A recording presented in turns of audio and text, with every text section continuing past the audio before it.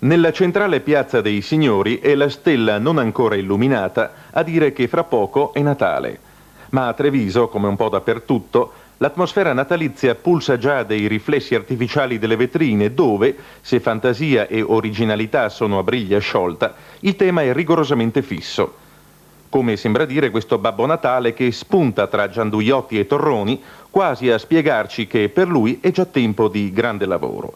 Ma la gente come si prepara al Natale? Per saperlo siamo andati a vedere come vanno le cose in mezzo ad alberi e stelle di Natale, all'insegna, cioè, della miglior tradizione. Allora, si vende o no? No, adesso come oggi il mercato di martedì niente.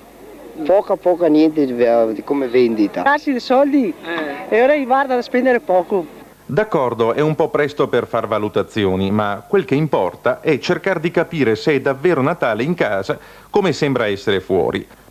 Allora, presepe, albero o cos'altro per ricollegarsi tramite l'usanza alla tradizionale atmosfera? Ci troviamo tutti la sera della vigilia, sfruttiamo molto la vigilia per stare insieme, facciamo appunto presepio e 2 alberi, uno fuori e uno dentro, sì. L'albero e anche presepio, tutte e 2. Niente, vero, niente. Niente. No, non faccio niente. Niente perché andiamo via. L'impressione è che anche il Natale viva, e forse non solo nell'immagine, la sua brava crisi d'identità. Ciò che comunque non si smarrisce è il rapporto abbinamento regalo-Natale.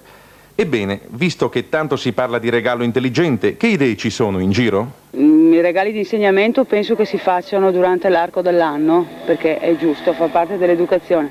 Poi bisogna dargli anche la gioia del regalo, della scoperta del regalo che desiderano, la bambola, il giocattolo, quelle cose lì. Pezzo di carbone dentro come una volta. Calze, carbone e tante altre belle cose del buon tempo andato.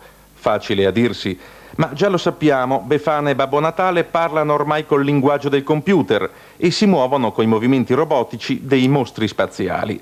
E sappiamo bene che regali porteranno i nostri figli, con buona o cattiva pace di tradizioni che a parole diciamo tanto di rimpiangere.